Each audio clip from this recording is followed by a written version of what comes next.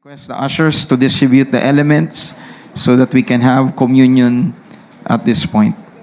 And for those who are joining us via RAC, I hope that you have your elements with you. Kanina pa po, the bread, tinapay po at katas ng ubas ay nasa sa inyo na po. And we will all come together to the Lord and receive, the blessing that He has already prepared for us in Christ Jesus. Thank you, Lord. Hallelujah. So for those who are joining us for the first time, if you have any guests, yung pong tinapay ay pagpapaalala sa katawan ng Panginoong Jesucristo na nabugbog at nasugatan. Ang tinapay po ay hindi ang katawan ng Panginoon. This is a reminder of the broken body of Christ. Amen. At yung katas ng ubas is a reminder of the blood of the Son of God. He became flesh. He became like us. May laman. Tayo ang nagkasala, pero ang Diyos ang tumubos sa bawat isa sa atin. And because He wants us to be completely delivered, He became human like us. He is fully God and fully man. And in Christ Jesus, there is salvation. At ang kapatawaran ng kasalanan ay sa pamamagitan lamang niya. It is not by our works. It is not by our even obedience. It is about the gift of God in our lives. The faith that God has given to us, we use it to respond back to Him. And of course, after that, it results to a life of complete surrender and complete obedience. But salvation is by the work of Jesus Christ alone, our faith in Him. Amen. So let us come to God. May I request everyone to please lift up the bread and let us pray. Father, we give you glory and we give you praise. Marami pong salamat, Panginoon, that you became like us. In all aspects, Lord, you were tempted, but you did not sin. You were given a body, and that body you freely gave. You freely offered. You freely allow yourself to suffer. At ang result nun, Panginoon, the word is so clear. By your stripes, we are healed. By your stripes, we are delivered from any form of sickness and disease.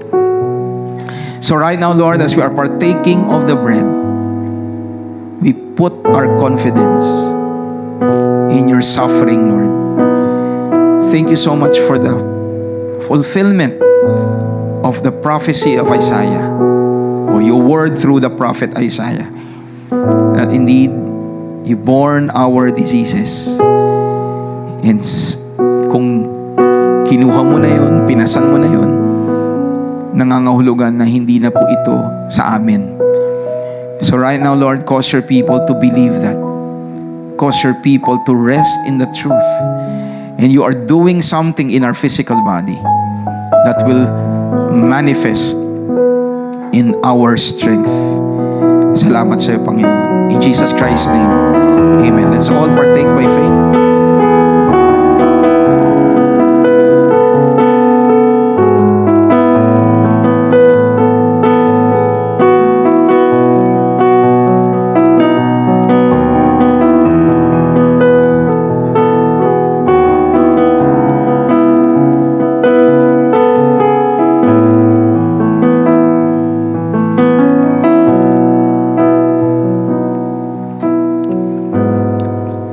Partake from the cup. Let's lift it up.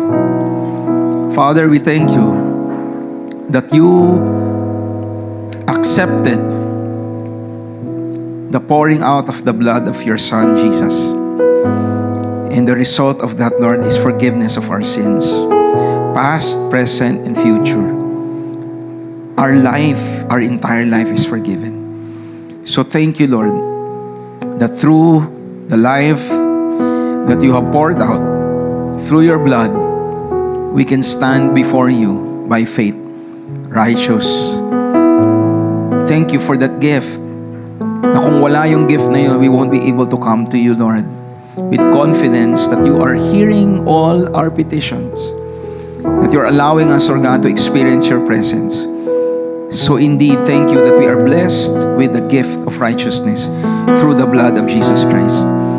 And there's nothing, Lord, that separates us. Wala na po, Panginoon. You've resolved it. So thank you so much by faith. In Jesus Christ's name, amen. Let's all partake by faith. Thank you, Jesus, for your grace. Hallelujah. Can we say to ourselves, because of Jesus Christ, I am righteous by faith in Him alone. Thank you, Lord. Right now, anyone who is sick, hallelujah, I would encourage you to stand up again. Amen. Do not hold back. If you need prayer, this is the time for you to do so. And if anyone is seated beside you, okay, I'm just being led by God. Hallelujah. If that person beside you can extend also his or her hand over your shoulder. Okay? Kung pwede po. Kung meron po kayong nakita pong tumayo sa harapan ninyo, if you can also stand with them in faith, dantayin niyo po yung kamay niyo po sa kanila. Go ahead. Anyone po. Do not be afraid. Hallelujah. And we will pray together. Lord, right now, anyone who is standing up, hallelujah, anyone who is sick right now, we thank you for the anointing that is in this place. Lord, you are pleased when people, your children especially, stand up in faith. This is what pleases you. So right now, Lord, lahat po ng nakatayo, they are standing in faith that you have the power to redeem them out, not just out of their sins, but also out of their sicknesses and diseases. Right now, Father, from the crown of their head to the soles of their feet, anuman pong issue ang kanila pong pinagdadaanan na alam kong alam ninyo, dalangin po namin, Panginoon, that you reverse any condition.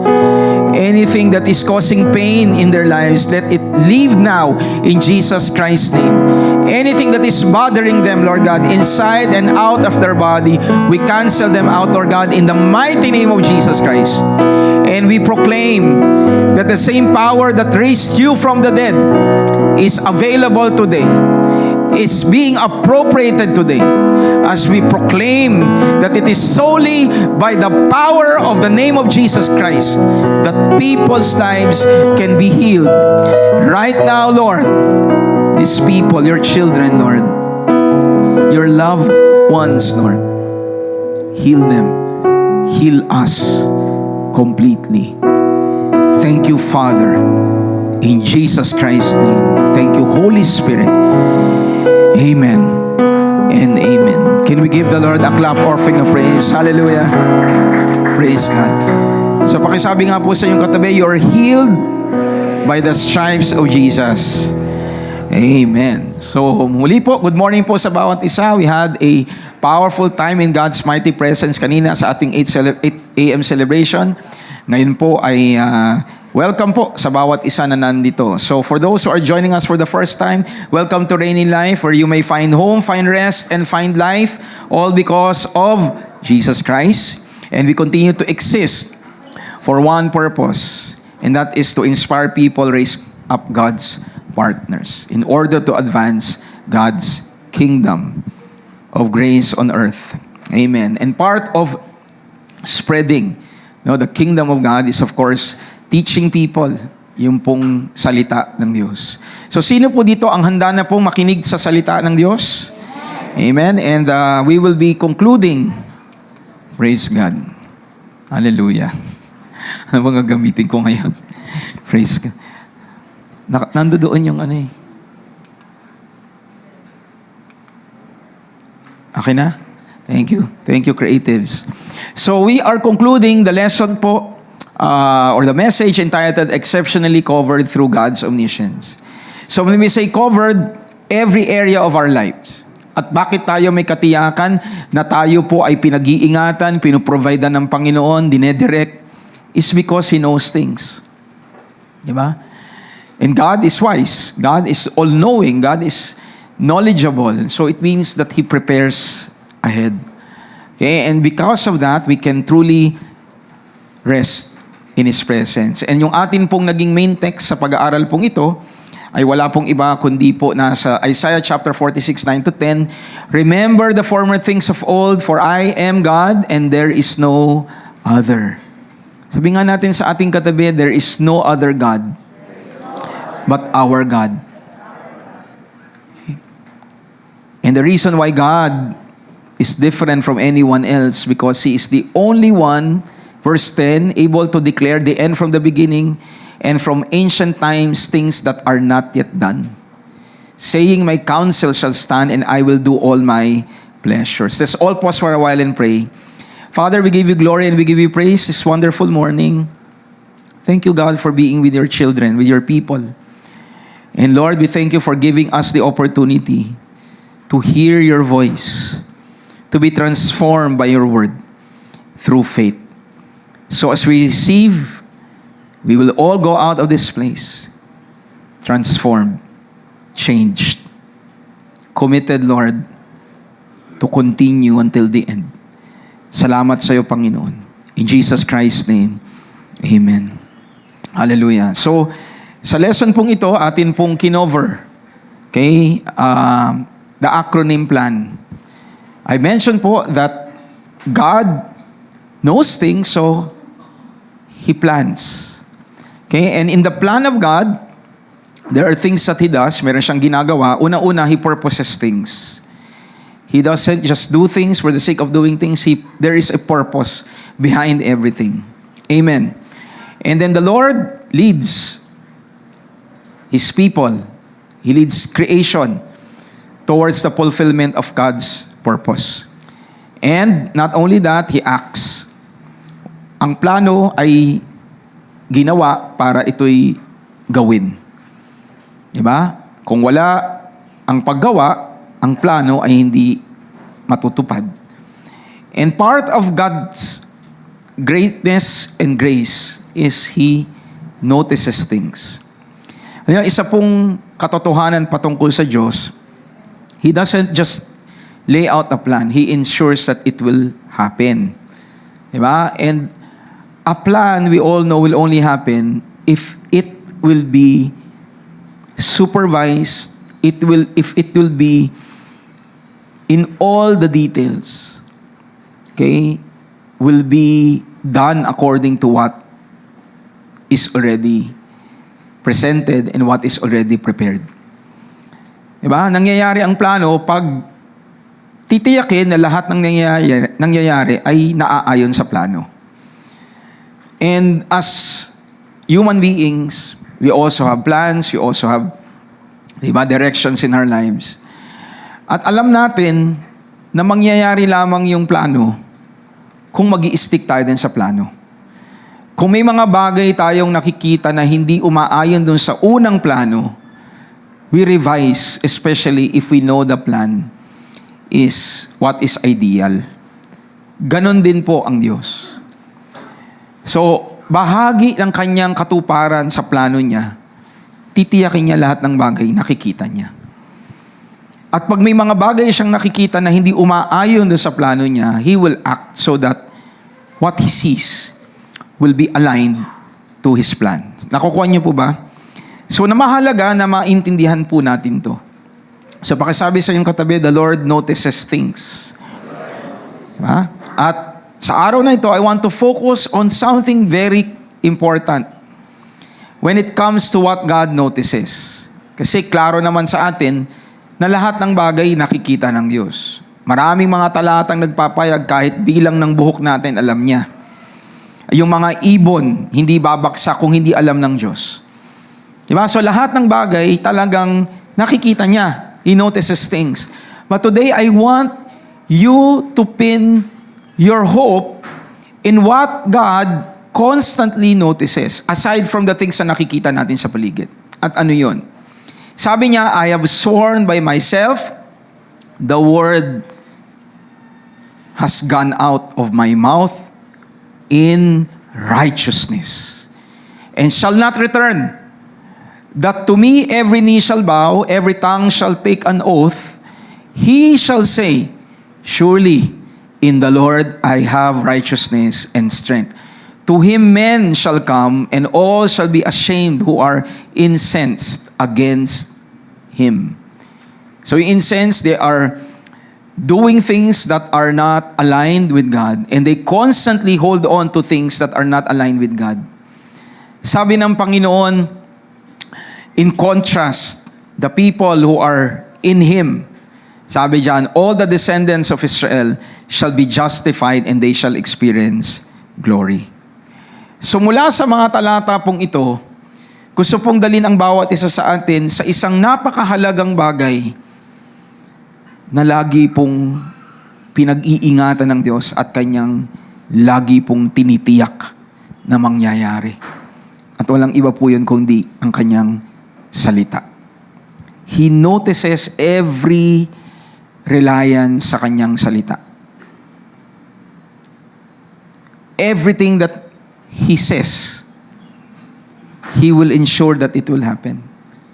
He notices things. Pag hindi aligned, He will do things so that the plan contained in His Word will happen. Nasusundan po ba ninyo, mga kapatid?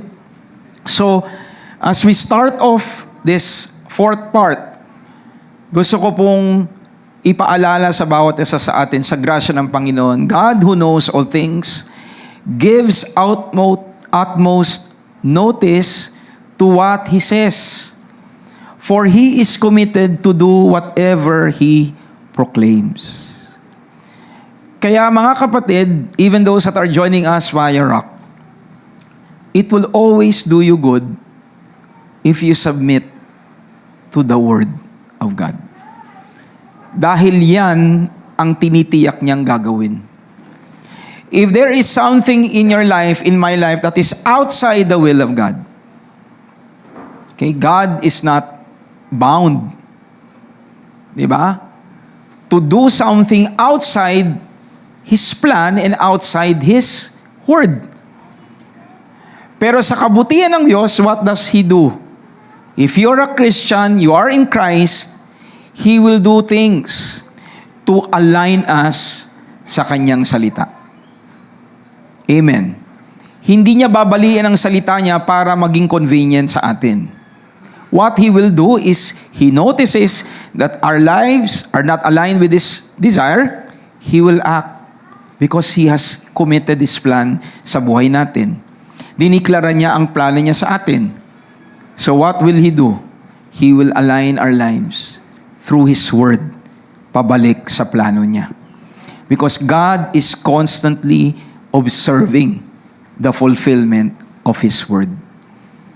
Kaya mga kapatid, sa araw na ito, every time that you allow yourself to be subjected sa salita ng Diyos, you are allowing yourself, hallelujah, to be deepened sa commitment ng Panginoon na tutuparin niya ang salita niya sa buhay mo.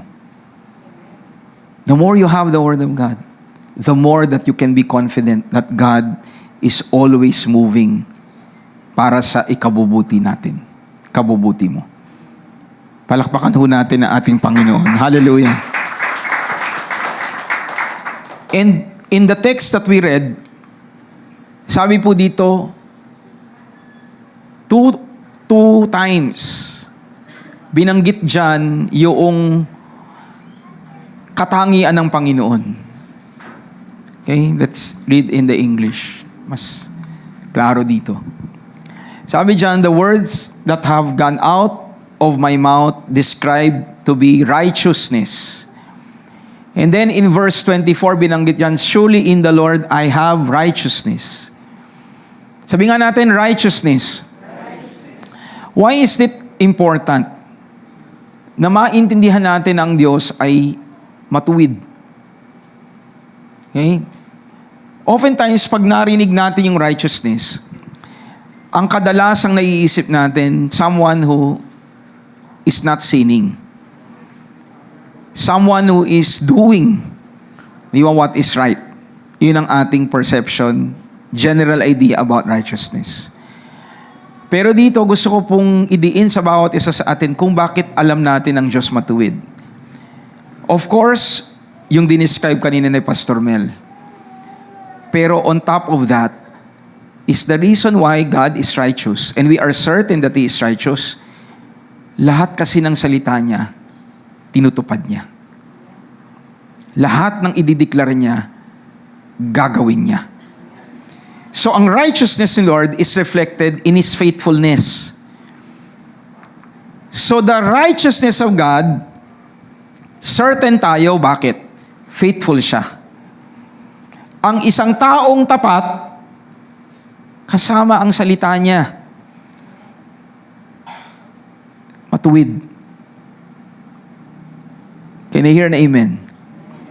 Ang tao, we have this habit of using our words loosely.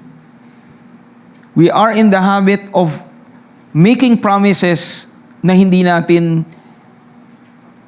sinusunod. May mga pagkakataon, nagbibigay tayo ng pangako sa tao, lalo na sa mga taong, di ba, nagde-demand sa'yo. Sometimes you just say things para lang tumigil na yung usapan. Pero ang Diyos hindi ganun. Whenever He makes a promise, He will ensure that it will be done. Kaya masasabi nating matuwid talaga ang Diyos. At sa araw na ito, mga kapatid, I want to remind everyone that God is righteous not because He doesn't sin. He is righteous because He is faithful.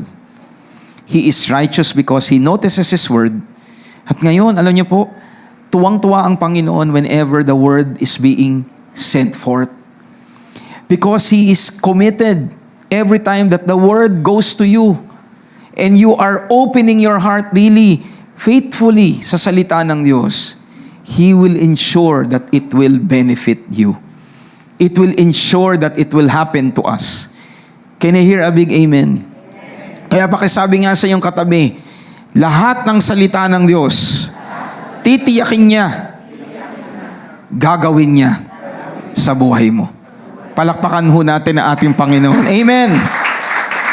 Gaano mang katagal yun abutin, He will do it. Si Abraham waited for 25 years bago nangyari po yung declaration ni Lord. Pero what is necessary and important sa atin, mga kapatid, maging malalim tayo sa pag-unawa na ang salita ng Diyos, tinitiyak niya, gagawin niya. He notices everything. Napaka-sharp na listener si Lord. Ngayon, yung mga binabanggit po natin, naririnig to ng Diyos. Actually, in the book of Malachi, binabanggit po doon, there were people sa Malachi chapter 3 or 4 ba yun? Basta in the latter part of the book of Malachi, binanggit po doon that they were complaining.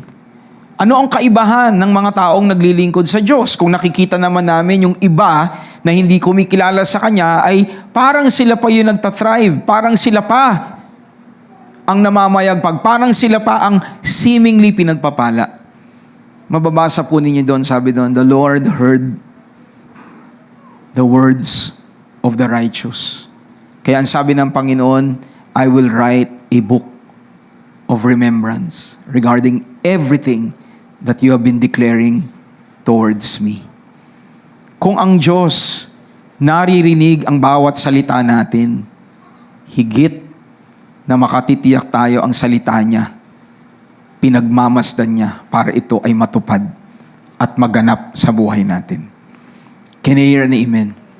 And also from the Word of God, we can be certain of this. Sa Isaiah 55, verses 10 to 11, familiar po tayo sa ulan dahil lately po tayo po'y inulan ng ilang araw.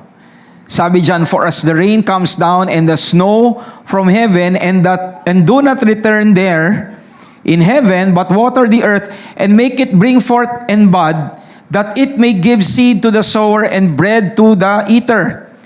Sabi ni Lord, so shall my word that goes forth from where? From my mouth. At dinescribe sa Isaiah 46, anong uri ng labi meron ng Diyos? Mouth of righteousness. The mouth of God is a righteous mouth. Righteous lips, meron ng Diyos. Amen. At sabi niya, it shall not return to me void, but it shall accomplish what I please, and it shall prosper in the thing for which I sent it.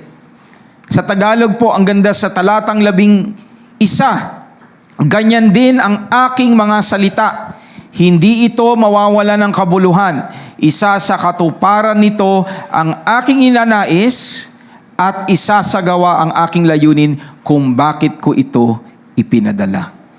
So nangangahulugan that every word that God speaks, may purpose.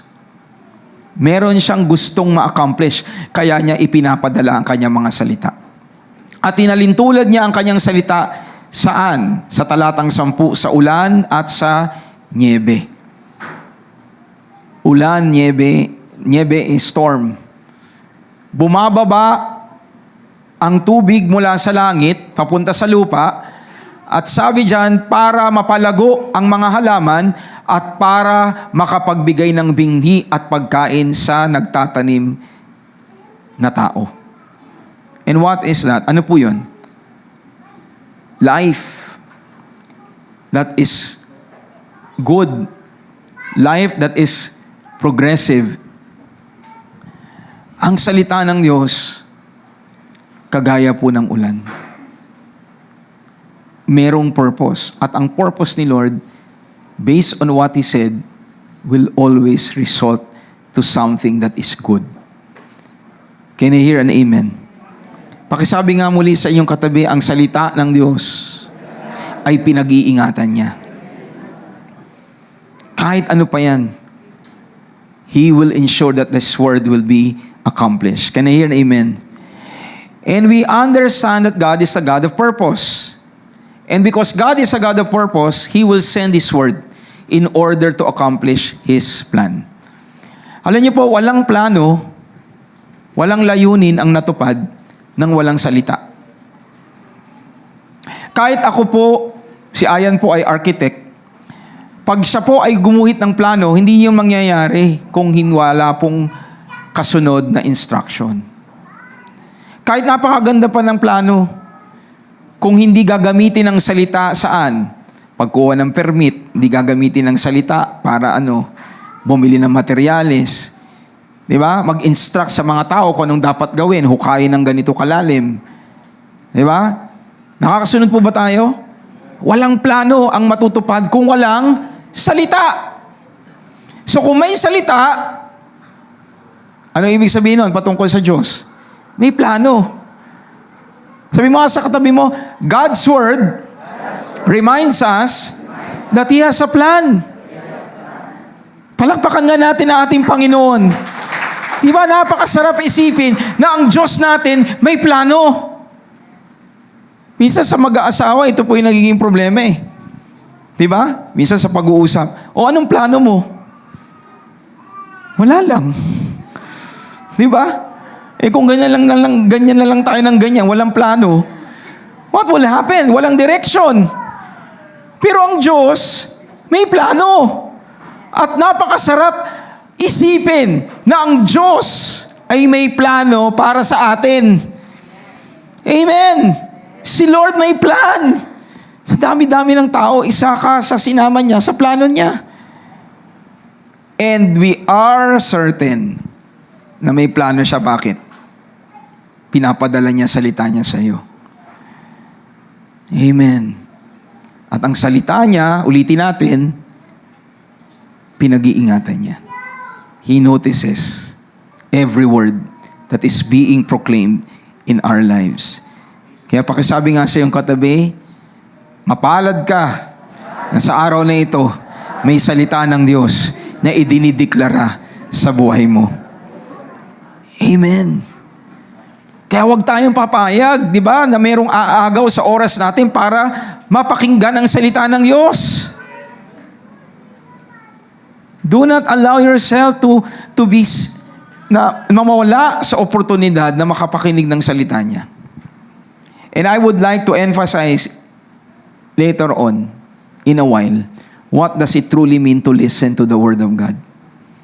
Does that mean sitting there? Yun po ba yung ibig sabihin ng listening to the Word of God? Mamaya makikita natin. But before we go there, gusto ko pong i-emphasize na sabi ng Panginoon, ang salita niya kagaya ng ulan. And so oftentimes, we miss what God is telling here. Pero this is a powerful reminder from God regarding His Word. Sabi niya, ang salita ko parang ulan. Ano ba ang ulan? Ang ulan ay hindi po ambon. Ang ulan ay ulan. Di ba? Ang ulan ay malakas sa ambon. Amen? Tama ba? So, the insight that we can get here is that since the Word of God is like rain, like snow pa nga eh. Ang snow pag bumaksak, mag-i-stay yan. Hindi mawawala yan ng mabilisan. At ang ulan, pag bumaksak, alam mo umulan. Pag umambon, di ba? At ang ambon normally, sandali lang. Nasa loob ka ng bahay, di ba? Umambon, hindi mo namalayan. Pero pag umulan, paglabas mo, alam mong umulan. Sino po nakakasunod? Ganyan din po ang salita ng Diyos para maging effective sa buhay natin. The Word of God becomes so effective when it is declared not in drizzles, but it is declared like rain. Hindi tayo nagpupunta sa church para tayo ambunan ng salita ng Diyos. Tayo nagpupunta sa church para sa grasya ng Diyos, maulanan ng salita niya. At kagaya ng ulan, sigurado, alam mong na may nabasa sa ulan. Di ba? Di ba? Pag umulan, alam mo, minsan nasa bahay ka, tapos paglabas mo, basa yung karsada, ano sasabihin mo? Umulan pala. Hindi mo sasabihin, umambon pala. Nandyan pa po ba kayo? Di mo sasabihin, umambon pala. Umulan pala dahil merong iniwang bakas ang ulan. At ang salita ng Diyos ganun din. May bakas na iiwanan sa buhay natin kung ikaw at ako ay patuloy na nauulanan ng salita ng Diyos. Why? Babalik tayo sa sinabi ni Lord, I will ensure that my word will happen. Kaya pag tinanggap mo ang salita ng Diyos with all humility, in a consistent manner, by the grace of God, hallelujah, you will see your life transformed. Palakpakan ho natin ang ating Panginoon. And what is amazing din sa ulan, sabi ni Lord, di ba, bumabaksak siya, tapos ano po nangyayari sa ulan na bumaksak? San siya eventually babalik? Okay, iba umaagos, tama po yun. Pero eventually, lahat po ng bumaksak na tubig mula sa langit, saan babalik? Saan po? Mag-i-evaporate, babalik saan? Sa langit, ulap ulit. Tapos pag napuno yung ulap, ano po mangyayari ulit? Babaksak ulit. Mangyayari ulit, matutuyo, saan pupunta? Sa taas ulit. Babaksak ulit. And what is that? That is the cycle of the Word of God. Marami po, they find themselves thinking na, hindi pala effective ang Lord, o hindi pala effective ang salita ng Diyos. Kapatid, ilang beses mo bang narinig? Remember, you may be hearing one word now. Kung marami pong nakasaksak sa isip natin na hindi naaayon sa naririnig natin, it will take for a while before you accept what you're constantly hearing. Nakakasunod po ba tayo, mga kapatid? Sa una, lalo na pag bagong salita, naririnig mo, lalo na kung ang heart natin ay hindi pa talaga submitted, you will resist it. You will not freely accept it. Pero the moment that you always go back to the Word, eventually you will accept it. Eventually you will realize, si Lord ang nakakaalam ng lahat ng bagay. He knows what's good for me. And you will surrender your life to Him. And you will begin to see na merong nagbabago na sa buhay mo. Bakit? Yung cycle ng Word of God nagiging part na ng buhay mo. Palakpakan ho natin ang ating Panginoon. Kaya mga kapatid, it is important. Going back to what I have been saying, submit yourself to the Word of God because He notices things sa Kanyang salita. Amen. At bakit po sa salita ng Diyos tayo tatayo? Bakit sa salita ng Diyos tayo aasa? Ano ba meron sa salita ng Diyos? In Isaiah 55, 8-9, babalik tayo. Yung binasa natin kanina, 10-11 eh.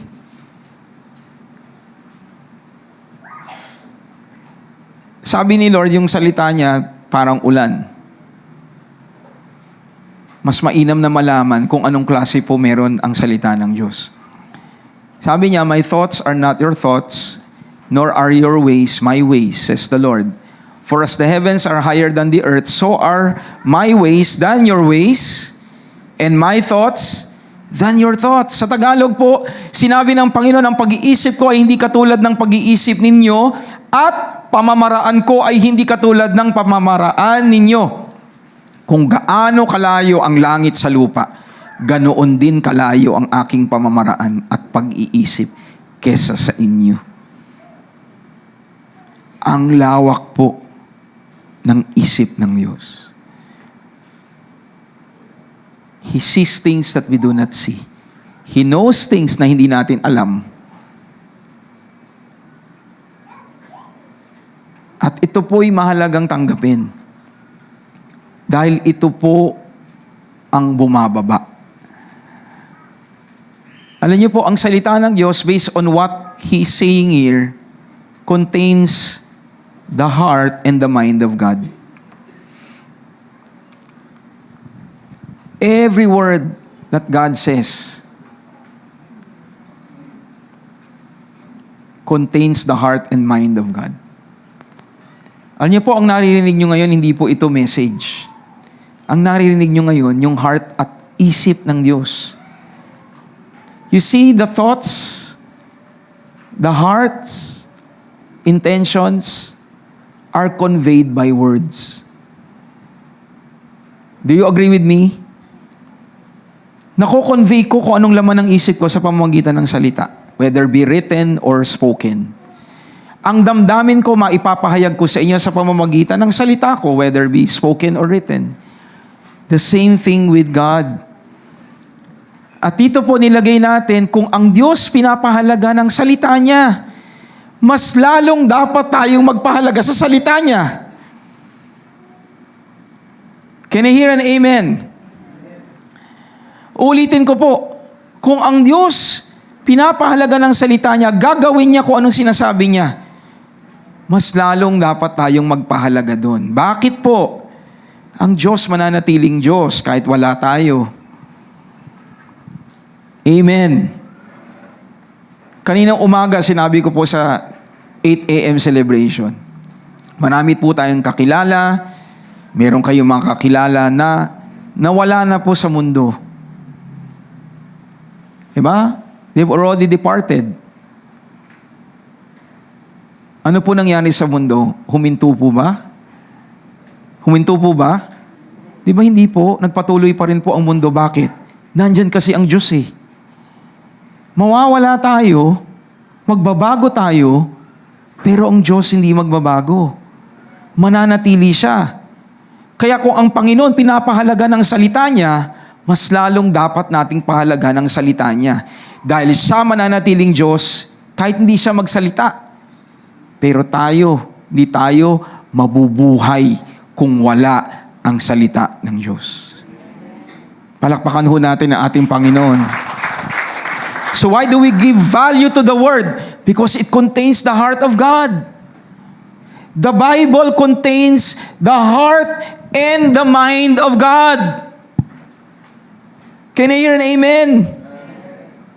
And that is why it is absolutely important that you deepen yourself sa salita ng Diyos. Because it contains the heart and mind of God. Can I hear a big amen? Sino dito ang nais pong malaman ang puso at isip ng Diyos? It's in the Word. At napakaganda sa Tagalog, di ba? Ang isip ko, ang layo-layo sa isip nyo. Di ba? Sa buhay natin, at times we think that we already know all things. Sabi ni Lord, mas malawak ang aking isip. Amen? So learn to trust in God. Learn to put your confidence in the Word of God. Can I hear a big amen? At sinasabi po ng Panginoon, for us to be blessed by the Word, there has to be the right type of heart. Let's go to Isaiah 46, part of the context ng ating po main text. Sabi ni Lord, listen to me, you stubborn-hearted, who are far from righteousness. I bring my righteousness near. It shall not be far off. My salvation shall not linger. And I will place salvation in Zion. Zion pertains to God's people. Zion is is a picture of Jerusalem. And we have covered that sa atin pong power walk. For Israel, my glory. Sa Tagalog, makikinig kayo o makinig kayo sa akin, kayong matitigas ang ulo. Sa Tagalog, unfortunate, but I'll go into greater depth mamaya. Sabi dyan, hindi ninyo mararanasan ang tagumpay at katwiran. Bakit po? Hindi dahil ayaw ng Diyos. Sabi ni Lord, hindi nyo mararanasan ang tagumpay at katwiran. Bakit? Sa verse 12, ayaw nyo kasing makinig. Ang titigas kasi ng ulo nyo. Well, the translation in Tagalog is olo. Pero basahin natin sa English. Ano po sinabi? Stubborn-headed ba? Stubborn-hearted.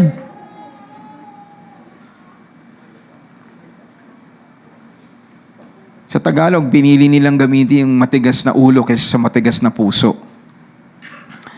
Pero there is a powerful insight regarding sticking to stubborn-hearted. Pero balik tayo sa ina-explain ko. Hindi mararanasan ang katagumpayan at katwiran. Bakit? Kasi nga ayaw makinig. Tanong ko po sa inyo, sa mga magulang na nandito, pakitaas po yung mga kamay niya. Sino po yung mga magulang dito? Ang anak po ba ninyo ay masasabi ninyong nakinig kung sa loob ng 10 minuto, salita ka ng salita, nandiyon siya, nakaupo. Pero pagkatapos ng 10 minutong kakasalita mo, hindi niya ginawa ang sinabi mo. Nakinig po ba yon? Nakinig po ba yon? Hindi. Ang lalakas ng sigaw ng mga magulang dito. Hindi. Hindi nakinig yun. Ano po ginawa nun? Umupo lang at nagpanggap na nakikinig. Dahil ang tunay na nakinig, in-apply ang narinig. Sumunod sa sinabi. Kaya i-apply natin ngayon. Pag nagpunta po ba tayo sa church at umupo po kayo ng 1 oras dyan, automatic po ba nakinig kayo? Malalaman ninyo kung talaga nakinig kayo paglabas nyo. Kung in-apply ninyo, inarinig nyo. Yun ang tunay na nakinig. Palakpakan ko natin ang ating Panginoon. Nais ng Panginoon, maranasan natin ang katwiran niya. Nais ng Panginoon, maranasan natin ang katagumpayan. Kaya niya inaalok ang salita niya. Sa 13 sabi, hindi na magtatagal, ibibigay ko na ang tagumpay at katwiran. Sa Jerusalem, malapit ko na itong iligtas Pararangalan ko ang Israel. Pero ano po ang kailangan?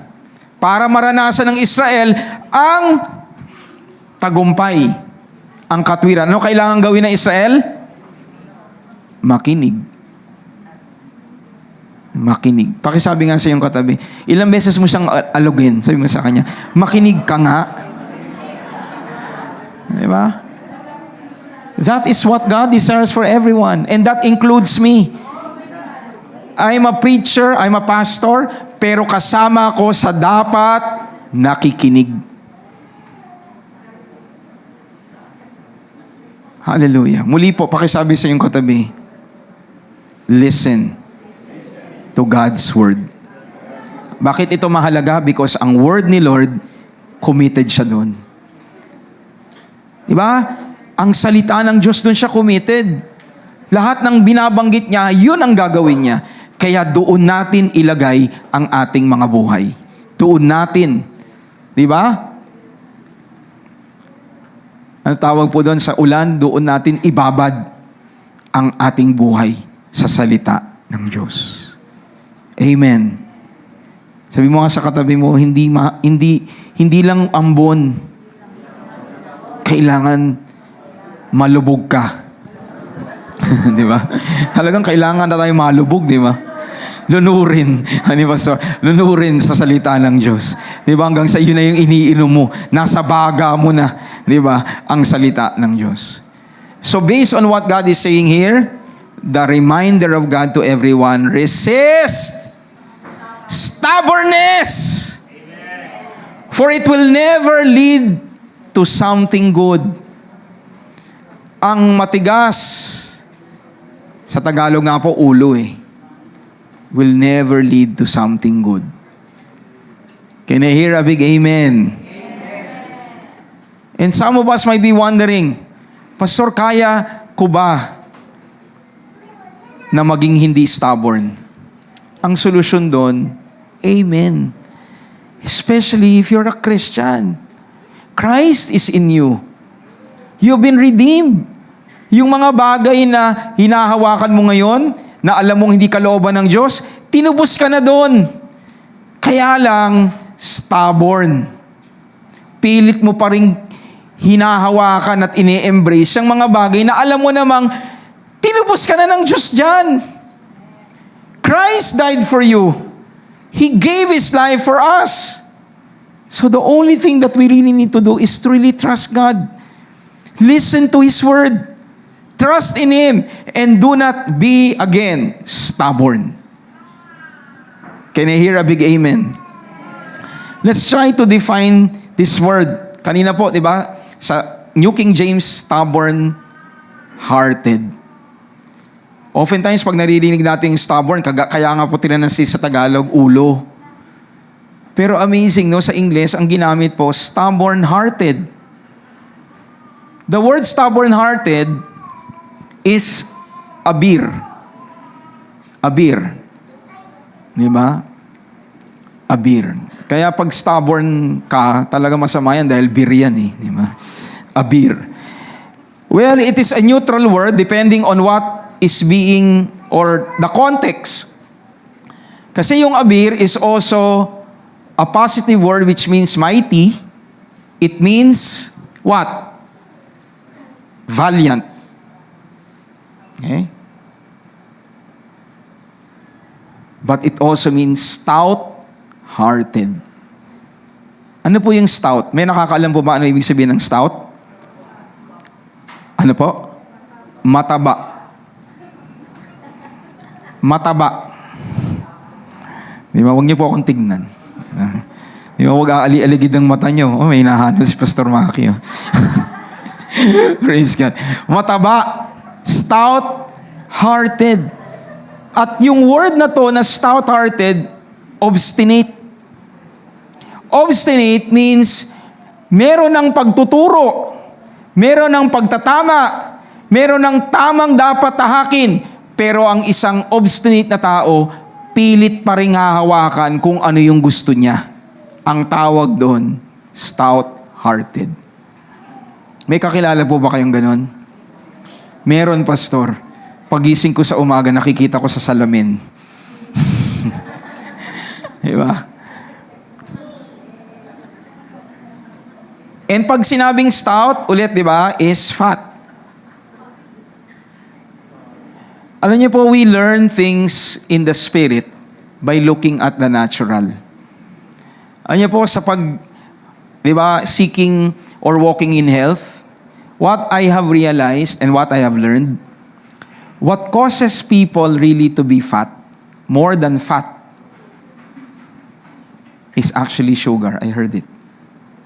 Sugar is what causes people to be fat. Ha? Pwede palang kumain ng taba, di nakakataba. Sino po yung nakakaalam po nung keto diet? Ang alam ko lang, Pastor, yung ito diet eh. Yung ito kakainin ko, di ba? Yung keto diet, fat diet, more on fat, more on lean, more on protein. Ang nawawala sa keto diet ay starch, carbs. So makikita mo yung mga taong nagki-keto diet, more on fat, pumapayat. So because what really causes you to be fat is not really fat, but really sugar. At ngayon po, sa science, meron na pong tinatawag na fatty liver. Dati po ang fatty liver, wag na pong magtaas ng kamay kung sino po yung makatuklas na may fatty liver siya. Di ba? Pero ang fatty liver, mamamanga kayo, dati po, yan po ay nangyayari lamang sa mga lasinggero. Those that are high in consuming alcohol. Pero ngayon, marami na pong tao, hindi umiinom ng alak, hindi naglalasing, pero may fatty liver. Bakit? Kasi ang kinakain, maraming asukal. Hallelujah. Because in sugar, may glucose, yung fructose, yun ang ino-absorb ng ating pong liver. Nakakasunod po ba kayo? So what causes fatty liver ay yung sugar na napaka-sarap. Sarap ng juice, sarap ng cake, ang sarap ng Coke, yan, nag-volunteer na si Pastor Maki. Ang sarap ng chocolate. So why am I sharing this? Ang isang Kristiyano na laging pipiliin kung ano yung gusto lamang niya na masarap at nabubuhay sa kung ano ang nais niya lang, sigurado, you will end up to be stubborn-hearted. You will always see yourself rejecting the Word of God. Bakit? Kasi you want to do what you simply want. Can I hear a big amen? Learn to understand, to protect yourself from being stubborn-hearted. Do not run after for things that are material. Nabubuhay na tayo para sa material na bagay. Nabubuhay na tayo para sa pangarap natin. Nabubuhay na tayo para sa kung ano gusto ng pamilya natin. Let us live according to what the Word of God says. Resist stubbornness. Resist being rebellious in the sight of God. And gusto ko pong sabihin sa inyo, all Christians have the capacity to follow God. Why? Because in the new covenant, binigay na ng Lord ang laws niya sa heart natin. Mabuhay tayo na naaayon sa kung sino tayo. Tayo ay ginawa ng matuwid ni Jesucristo. And you can follow God in Jesus Christ's name. And everyone says, Amen. Palakpakan natin ang ating Panginoon. So, before we have a break, the God who notices every detail of our lives offers righteousness. And what is righteousness? It is the path to everlasting goodness. Huwag natin piliin lang yung short-lived happiness. Let's choose the path of everlasting goodness. yung panghabang panahon. Can you hear a big amen? We want the goodness, but we do not want to listen. Nakakasunod po ba tayo? Di ba? We want the good things from God, and yet we do not want to submit to His plan. We do not want to submit to His word. And yet we want the goodness. Alam niyo po, yung goodness ng Panginoon should cause us to realize na kailangan natin higit pa ang goodness niya. And the goodness of God is reflected when we are able to resist things that are not good for us. Amen? Yun ang tunay na mabuti. Yung nalalayuan natin yung mga bagay na hindi mabuti. Yun ang tunay na kabutihan. Hindi yung mananatili sa bagay na nais lang natin. Can I hear a big amen? Hallelujah. Tandaan natin mga kapatid, tayo ang nangangailangan sa Diyos. And I say this not because God is power-tripping. That's not God. Pero nawa ma-realize natin na oo nga, napakabuti ng Diyos. Na binibigay niya ang salita niya na tinitiyak niyang gagawin. So the moment that you receive it, hold on to it. Value it. Do not take it lightly. When you come to church, open your heart. Lord, this week, what are the things that you want me to remember? What are the things that you want me to change? Can I hear a big amen? I know every one of us are still in the process. Pero mahalaga po ang heart natin. Our heart should be open to the voice and the Word of God. And everyone agrees and say, Amen. Okay? So at this point, we will have a break and we will be giving to God. And fourth Sunday po is a reminder to support the pastoral ministry. Diba? So, whatever God is leading you to give, to support, follow God's guidance. Let us pray. Father, we give you glory and we give you praise as we give today. Hallelujah, in support of the pastoral ministry. We pray, God, that everyone will have that heart, will have that desire to give generously. And we thank you, Lord God, that you are blessing us spiritually, and we know that the ministry has continued because of your grace and through the preaching, the discipling, the making of disciples and partners for Christ have continued to happen. So we declare that as we give today, we are giving in faith. In Jesus Christ's name, amen and amen. So let us give to the Lord with a cheerful heart.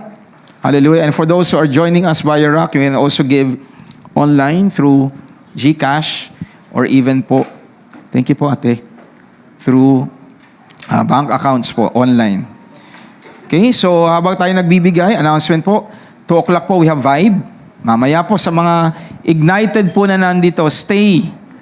Diba, mahalaga po that you build connection and fellowship with people of your age. Okay? And then, paalala din po sa atin, ito pong week na ito, no, it's fifth week. So marami pong mga bagay po na tayo po will be having our network break. Wednesday, it will be a break for us. Thursday also. And use the time to recuperate. Use the time to spend time with your family. Okay? And that is part of our discipleship. Okay? Spending time with our families also. And then come November, hallelujah, we will be having November 15, 16, and 17, we will be having Confluence 2024. Okay, Rev Up More for Eternity. The cost is 350. 5 sessions po yan. And basically, yung pong fee na yon covers your meal. So, hindi lang po kayo a-attend tapos uuwi pong gutom. No? A-attend po tayo, matututo tayo, mararanasan natin ang presensya ng Panginoon. At aalis tayong meron din po tayong kinain. So, yung 5 days na yon, no? So, naging budget po natin yan 70 pesos, no? Which is, hallelujah.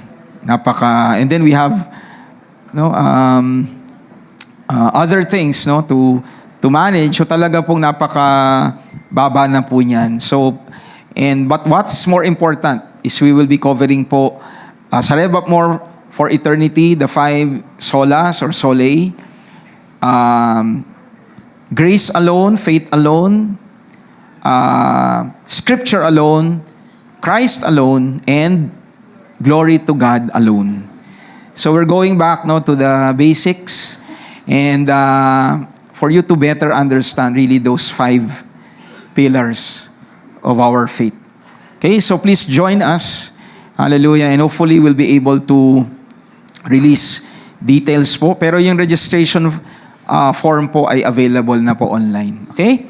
So, pakisabi sa iyong katabi, sa biyaya ng Panginoon, makikita kita sa Confluence 2024. And everyone says, Amen. Hallelujah. Narinig ni Lord ang amen nyo. Praise God. Okay, so let's now proceed sa conclusion ng mensaheng ito. So we ended up, and by the way, kahapon po, no, salamat po sa mga nag-serve, and we had launched, ano po yan, sow the seed sa SSS po sa city ng Marikina. Palakpakan naman po natin ang ating Panginoon. Amen. Napaka-light po ng atmosphere. Meron po tayong mga na-holdan ng growth group before, nakadalo po sila. And we expect that in the coming months, marami pa pong magpa-participate at magdadalo sa SSS Marikina. And for those who are not able to serve, may panahon pa po para po maglingkod, mag-serve, no, sa city ministry. And we are cooking up something dito rin mismo sa Pasig. Okay, para po yung buwan, yung linggo, di ba, lagi tayong merong pagkakataon really to minister to people. So please do take note of that. Okay? Salamat po sa lahat po ng nag-serve kahapon. Okay, so let's now proceed to the conclusion. Kanina we started or we ended with resisting stubbornness of heart. Okay, and I would like to end with the word of God to Jeremiah regarding the picture of the clay in the hands of the potter. Okay, sabi diyan, the word which came to Jeremiah from the Lord, saying, Arise and go down to the potter's house, and there I will cause you to hear my words. Then I went down to the potter's house, and there he was, making something at the wheel. And the vessel that he made of clay was mired in the hand of the potter. So he made it again into another vessel, as it seemed good to the potter to make. Sinabi pa sa akin ng Panginoon, pumunta ka sa bahay ng magpapalayok, at doon ko sasabihin sa iyo ang nais kong sabihin. Kaya pumunta ako sa bahay ng magpapalayok at nakita ko na gumagawa siya ng palayok. Siyempre, nasa bahay siya ng magpapalayok, di ba? Ang namang cake yung ginagawa niya. Di ba? So nakita niya gumagawa ng palayok, yung magpapalayok. Verse 4, kapag hindi maganda ang hugis ng palayok na ginagawa niya, ano po ginagawa ng magpapalayok? Inuulit niya ito hanggang sa magustuhan niya, nino po, ng magpapalayok, hindi noong luwad. Ang pumipili ng design, yung magpapalayok, hindi yung clay. Nasusundan po ba natin, mga kapatid? Kanina po binabanggit natin that the Word of God carries with it the heart and the instruction of the Lord, or the heart and mind of God. Ito po ay perfect illustration ng ating pong tinalakay kanina. Sabi ni Lord kay Jeremiah, pumunta ka sa bahay ng magpapalayok. At sabi niya, doon ako may sasabihin uli. Ano ginawa po ni Jeremiah? Sumunod siya. Saan? Sa salita ng Diyos. Sumunod siya saan? Sa instruction ni Lord. Kung si Jeremiah narinig niya yung tinig ni Lord, tapos hindi siya nagpunta doon, walang kasunod. Nandyan pa po ba kayo? God was telling him, go there. And I will share you my word. And what did he do? He followed God. At kaya natanggap niya yung revelation ni Lord. Ganon din tayo. God is telling us His word. We follow in humility because after nun, may kasunod pang salita. At anong tawag doon? Para pong ulan. Na patuloy na nababasa. Patuloy na nagiging receptive sa kanyang instruction. And the more that we do that, the cycle continues. And the more we do that, we become more sensitive to the heart and the mind of God. Can I hear an amen? At dito, napakaklaro naging revelation ni Lord. It is the potter that chooses the design. Ang pumipili ay hindi yung putik. Ang pumipili ay yung gumagawa. Can I hear a big amen? Bakit? Because the potter knows what is best. Amen. Sabi nga natin, the potter knows what's best for the clay. Eh, sino po yung potter? Si Lord. Mamaya makikita natin. Pero nawa, alam na natin ang patutunguhan nito. Si Lord ang potter. At sabi ng Panginoon, kung yung potter alam kung ano yung mabuti, the clay just trusts the potter. So God knows what's best for us. So let us learn to trust in Him completely, in His process. Ano niyo po pag sinabing tayo nang nagtitiwala sa Diyos, ang ibig sabihin nun, nagtitiwala tayo sa proseso niya. Marami po kasing nagsasabi, I trust in God, pero they do not want to be in the process. They still do what they want. And yet they say, I trust God. I completely rely on you, Lord. Pero makikita natin ang buhay natin, we just simply do what we want. Is that complete trust? No. Complete trust means you trust in the process of God.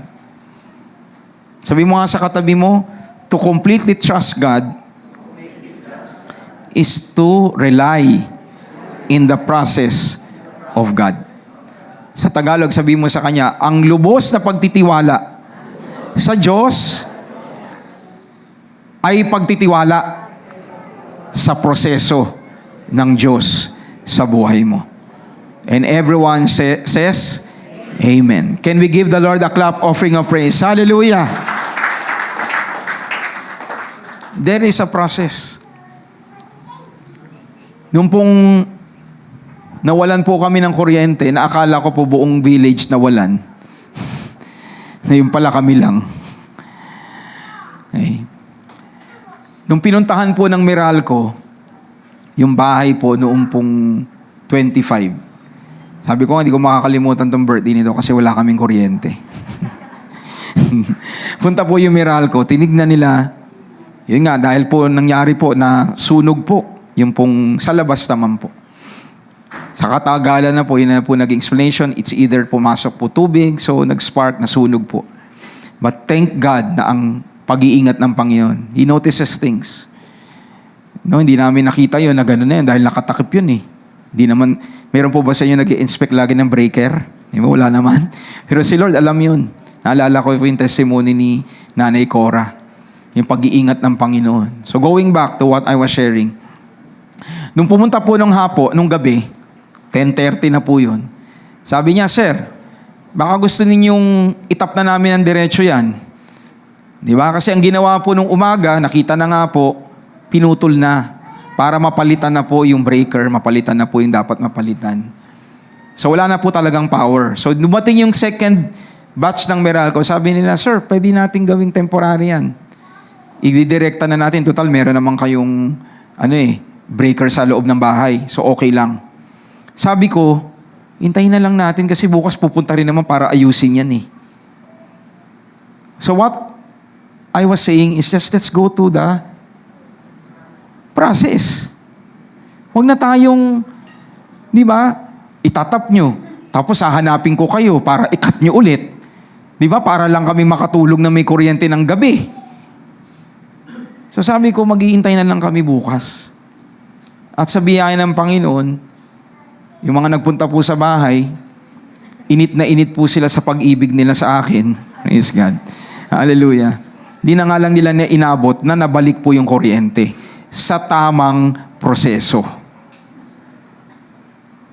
At sa biyaya ng Panginoon, di ba? Nag-e-enjoy kami ngayon with the electricity na alam namin na sa tamang process. Palakpakan ho natin ang ating Panginoon. Sige po, malakas sa palakpak para sa Kanya. Huwag po tayong, let's not cut corners. Let's not, di ba, put things in our own hands. Alam ni Lord kung paano dapat tumakbo ang bagay. At lalong-lalo na sa mga bagay na naaayon sa Kanyang plano sa ating buhay. Trust Him. Amen? Pakisabi nga sa iyong katabi, learn to trust the Lord. So as we end in verses 5 to 6, sabi diyan, then the word of the Lord came to me saying, O house of Israel, can I not do with you as this potter? Says the Lord. Look, as the clay is in the potter's hand, so are you in my hand, O house of Israel. O mga mamamayan ng Israel, hindi ko ba magagawa sa inyo ang ginawa ng magpapalayok sa luwad na ito, or clay? Kung papaanong ang luwad ay nasa kamay ng magpapalayok, kayo rin ay nasa mga kamay ko. Amen. Yung clay, nandun lang yun. Hindi nagre-react yun. It's just there because the clay trusts the potter. Can you hear a big amen? At tayong lahat ay kagaya po ng clay. Hindi tayo ang masusunod. Ang Panginoon ang masusunod sa ating mga buhay. Amen po. At babalik tayo sa simula ng pag-aaral na ito. Ang salita niya, pinag-iingatan niya. Ang salita niya, yun ang nais niyang mangyari. Dahil yun ang makabubuti sa atin. Can you hear a big amen? Kaya today, as we end this lesson, see yourself really trusting in God. Put your entire confidence in the potter's hand. And everyone says, Amen. Palakpakan ho natin ang ating Panginoon. Hallelujah. So God knows what He is doing in molding us to be the best according to His purpose. Sino po dito ang nais pong magpa-mold kay Lord? Let's allow ourselves to be molded by God because He knows what is best. He knows what He is doing in our lives. Amen po? Hallelujah. And humility is needed for that to happen. As we end, as long as we are in God's hand, we will be kept and provided for in line with His plan. You want the provision, you want the protection, stay in the plan of God. Ganun lang kasimple. Amen? Minsan kasi plano natin, Lord, plano ko pero provision mo ha, Lord. Diba? Lord, plano ko pero Lord, ingatan mo ko ha. You see, there are times in our lives, the Lord in His goodness will make us realize that what He is providing for is what is aligned with His plan. If you're struggling too much, go back to God. Ask for God's direction. Of course, we're not saying that things in the material will dictate how we will respond to God. Okay? Pero ang bottom line, mga kapatid, it is the word that will really benefit you. Pagplano ni Lord, pagsalita ng Diyos, sigurado may backing ng pag-iingat at pagpapala mula sa Panginoon. Can you hear an amen? Sabi ni Jesus as we end, John chapter 10, 28 to 29, "And I give them eternal life, and they shall never perish. Neither shall anyone snatch them out of my hand.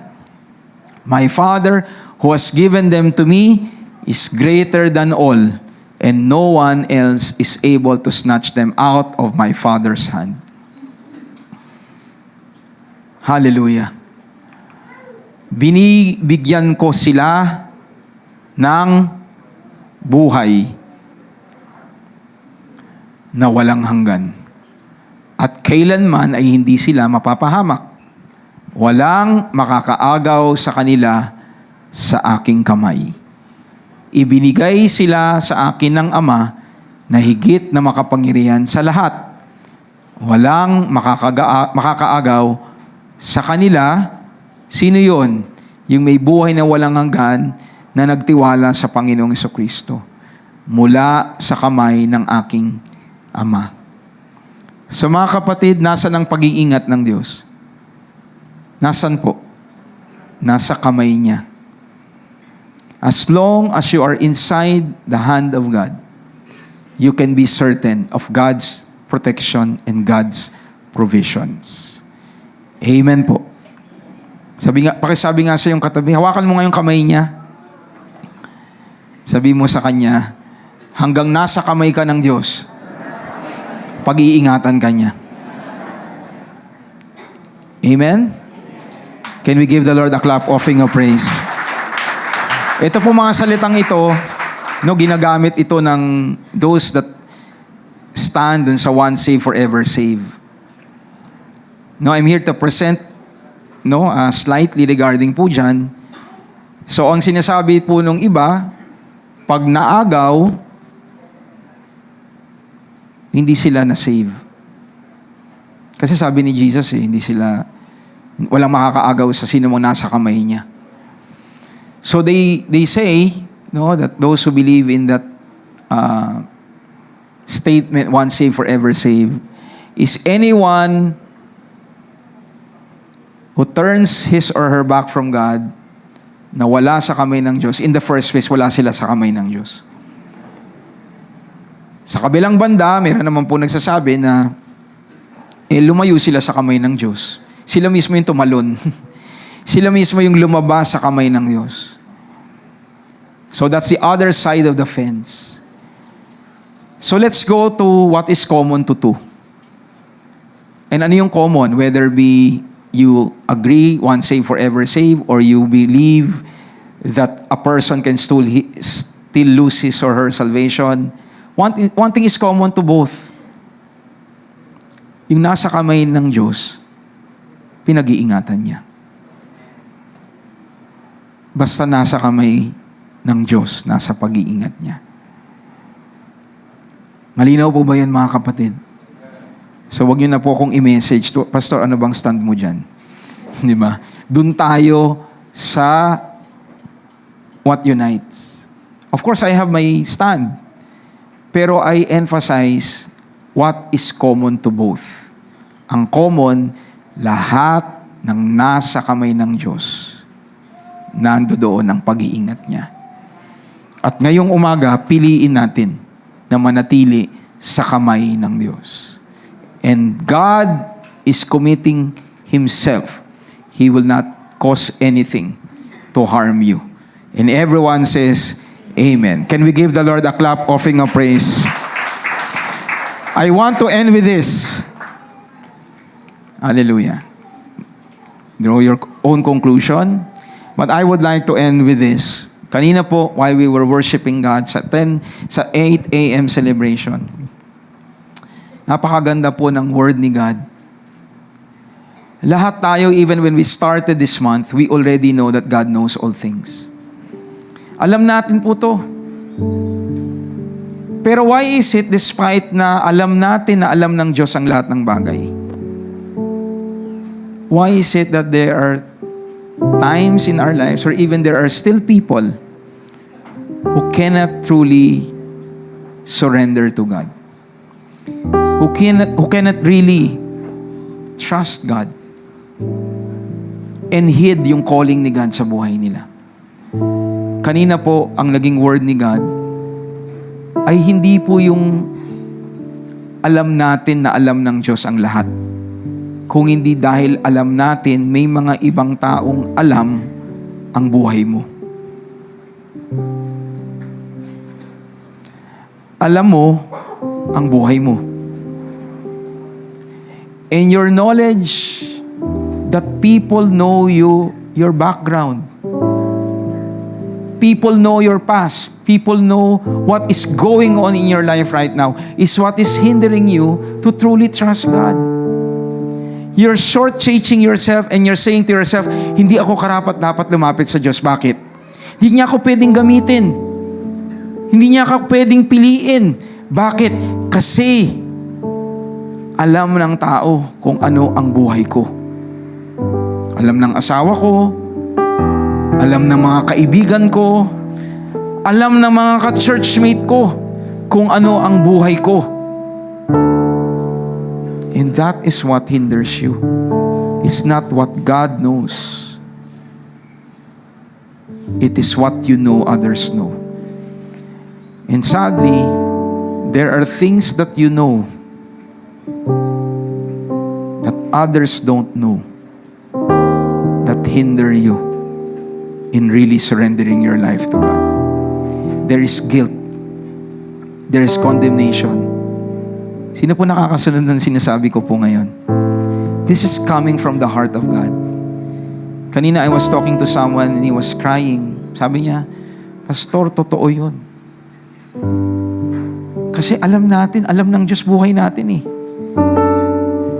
Pero yung pilit na pumapasok sa isip natin na hindi natin mapakawalan. Meron ako naging pagkakamali dati, meron akong naging kahinaan dati, ngayon nag-i-struggle pa rin ako doon.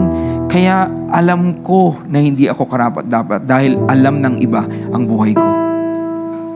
Kanina the word that God gave me is the life of Moses. Alam ni Lord na murderer si Moses. When God called him through that burning bush, alam ni Lord, nakapatay si Moises. Alam natin mali yun. Tama po ba? At ang katotohanan, marami ng taon na wala si Moises sa Egypt.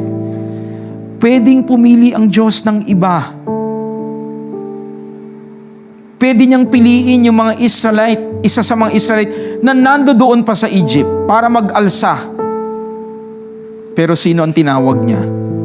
Si Moises, na maraming taon na ang wala sa sirkulasyon.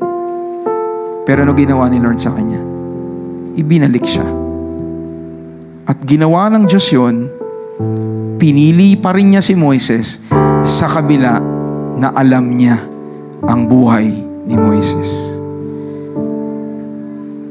Pinipili tayo ng Diyos hindi dahil meron siyang nakita.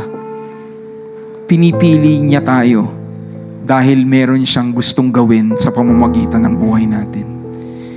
And oftentimes again, yung mga bagay na hindi mo nagawa, yung mga bagay na nagawa mo na hindi mo dapat ginawa, at lalong-lalo na yung mga bagay na alam mong alam ng tao patungkol sa'yo, yun ang nagiging hadlang para hindi ka makapaglingkod sa Diyos.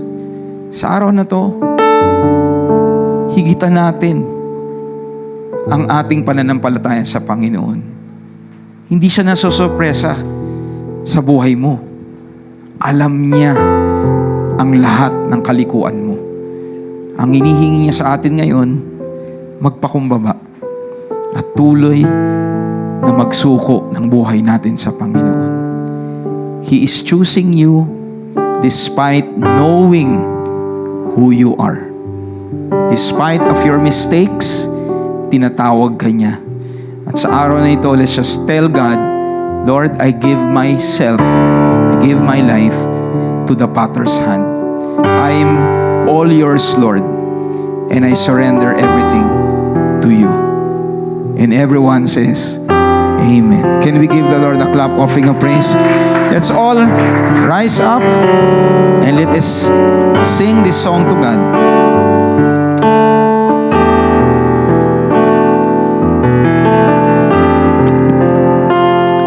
Ito pong song na ito, alam niyo po, when I was still in the banking sector, I was one time invited. I wasn't a pastor before, but I was invited to preach sa church. I wasn't a pastor. And this song, I will never forget. This was the very first song in the time that I preached na nilagay ni Lord sa heart ko. And when I was ordained, this was the song that was sung. And throughout my life as a pastor, as a servant, this song has found really meaning. And I pray that today, I know many of you know this song. Let us put it to heart at ilagak natin talaga ang buhay natin sa Panginoon. And I would like to remind everyone, kung ang Diyos pinag-iingatan ng kanyang salita, naririnig niya ang bawat salita mo. Sa pag-awit mo ng awit na ito, see yourself really surrendering yourself to God. Bawat salita na sinasabi natin, Lord, lead me, mold me, fill me, maging ito mismo ang nasa puso natin. And I know God will follow through sa ating pong commitment sa Kanya. Thank you, Lord.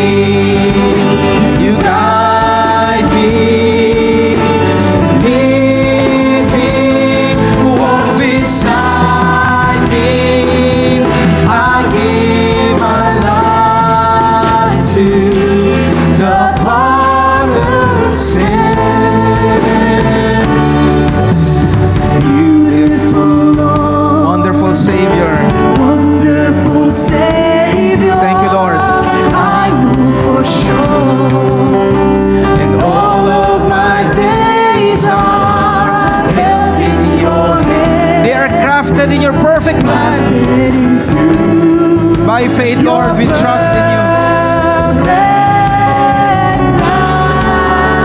Thank you, Jesus. You gently call me into your presence, guiding me by your Holy Spirit. Teach me, dear Lord, to live all of my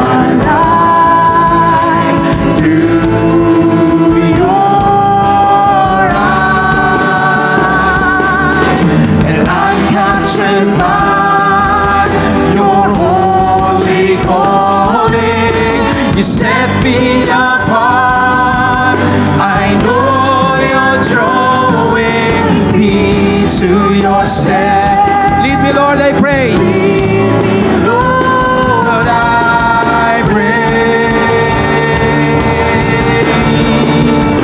Hallelujah.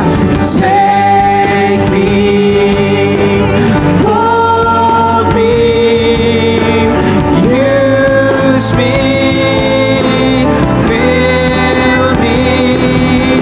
I give my life to the potter's hand. Hold me, guide me, lead me, and walk beside me, Lord. Lead me, walk beside me. I give my life to the potter's hand. Take me and mold me, use me, fill me. I give my life to the potter's hand. And hold me, you guide me, lead me, walk beside me. I give my life to the potter's hand.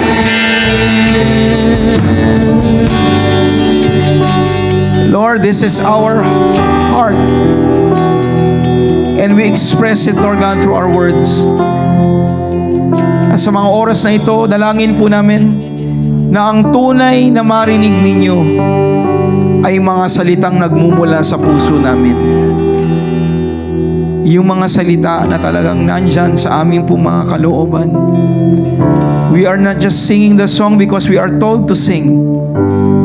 We are not declaring words because this would appear religious. We are saying words because we mean it in our hearts. We are saying these words back to you because this is how we truly express our love for you. Complete surrender is what it truly means to love God. Complete surrender to God is what truly means to love you, to rest in your word, to trust in your plan. And today, Father, there may be voices that are in our minds that hinder your people to come to you.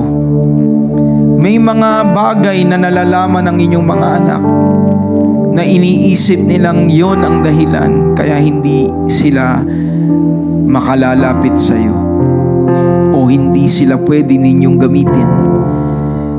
Ngayon, pagtiwalaan ng bawat isa na alam mo ito. Na alam mo ito, pero sa kabila niyan, tinatawag nyo at pinipili nyo kami. So we will completely surrender ourselves to you. And we will not allow what others know about us. Even the things that we know about ourselves. Yung mga bagay na alam namin patungkol sa aming mga sarili, hindi ito ang magpapahinto sa amin para lumapit sa iyo. Kaya sa mga oras na ito, sa bawat isa po, let's all bow down our heads. Let's all close our eyes. If you truly want God to move in your life, as everyone's eyes are closed and head bowed down, if you are committed to truly surrender your life to God, all over this place, with every head bowed down, every eye closed, I want you to raise both of your hands to God. Raise it up high. Huwag mong isipin ang iniisip ng iba. Alam ng Diyos yun. Alam ni God yun. At alam kong alam mo yun. So today, Lord, everyone whose hands are raised up to you, and there are so many in this place, Lord, as we end this month, I pray for everyone. They're not just doing this because ramdam nila marami nagtataas ng kamay. Hindi nila to ginagawa dahil iniisip nila nakakaya kung di ko tataas ang kamay ko. Lord, all of these people, you are serious. You are committed to everyone whose hands are lifted up today. Amen. And you take people kahit na zero pa, kahit bankrupt pa, ang putik, ang clay, walang anyo. Zero. Pero sa wisdom ng potter, he does things to make that clay a vessel of honor. He takes that clay to be an instrument of blessing to people. So right now, Lord, lahat po na nagtaas ng kamay, Lord, lead them. Lead these children of yours. Those that have been trapped in their past, those that have been trapped in the voices and the knowledge of people sa paligid nila, the condemnation, the guilt, palayain ninyo ang lahat ng nandito. Palayain ninyo ang bawat isa, Panginoon, sa maling pagtanaw sa buhay namin, Panginoon, sa iyong harapan. We are an open book in your sight, God. And today I declare, fill your people with your anointing. Fill your people with your grace as these people surrender their lives completely to you, God. As these people completely surrender everything that they have to you, Lord. And by the grace of God, in the coming days, in the coming years, as we all together, God, commit ourselves to you, we will see ourselves walking in the provision, the protection, the anointing, the miracles of God in our lives. I declare the anointing being multiplied. I declare the anointing flowing in the hearts of God's people today. And we release, God, the blessing, the favor, everything that is good, especially the Word of God in your life right now. Lord, let your Word come alive in the lives of your people. Salamat, Panginoon, sa kabutihan po ninyo. And we will end today with joy, with peace, with commitment and dedication that God accepted our lives, accepted our worship, accepted our heart, God, in Jesus' mighty name. Once again, can we all lift up our voices to Lord? Hallelujah. Take me. Hallelujah. I give my life to the Father's hand. To the Father's hand. The Father's hand. Take me and mold me. Use me. Fill me. I give my life to the Father's hand. And hold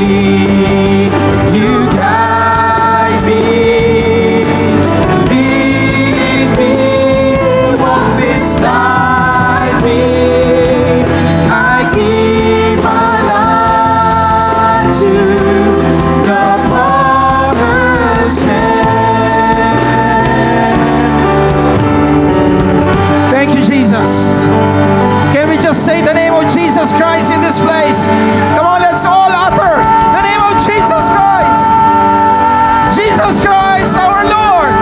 Jesus Christ is my Savior. Jesus Christ is my all in all. Hallelujah. Thank you, Lord. Thank you, Jesus. Hallelujah. Hallelujah. At this point, may I call on the kids and even those that have birthdays. Hallelujah. Sige po yung mga bata. Sino po dito yung may mga birthday po? Kung di pa po kayo napag-pray, you can come in front. Anyone celebrating his or her birthday? Hallelujah. Come in front so that we can pray for you. Meron po ba? Meron po? Okay. Wala po? Okay. So let's all extend our hand. Hallelujah. Let's all lift up our hands towards God. The Lord bless you and keep you. The Lord make His face to shine upon you and be gracious to you. The Lord lift up His countenance, His smiling face, and give you shalom, peace. I declare the grace of the Lord Jesus Christ, the agape, the unconditional love of our Abba Father, the fellowship, the communion of the Holy Spirit to be upon you, upon your family, biological and spiritual family, as we all together proclaim the gospel of our Lord Jesus Christ to people around us, and even to cities in Metro Manila and the Philippines, and even to nations, and that includes these children who are part of the family of God. In the name of the Father, and of the Son, and of the Holy Spirit, in Jesus Christ's name, and everyone shouts, Amen and Amen. Hallelujah. God bless you, kids. God bless everyone. Pakisabi nga po, we are part of God's family kingdom.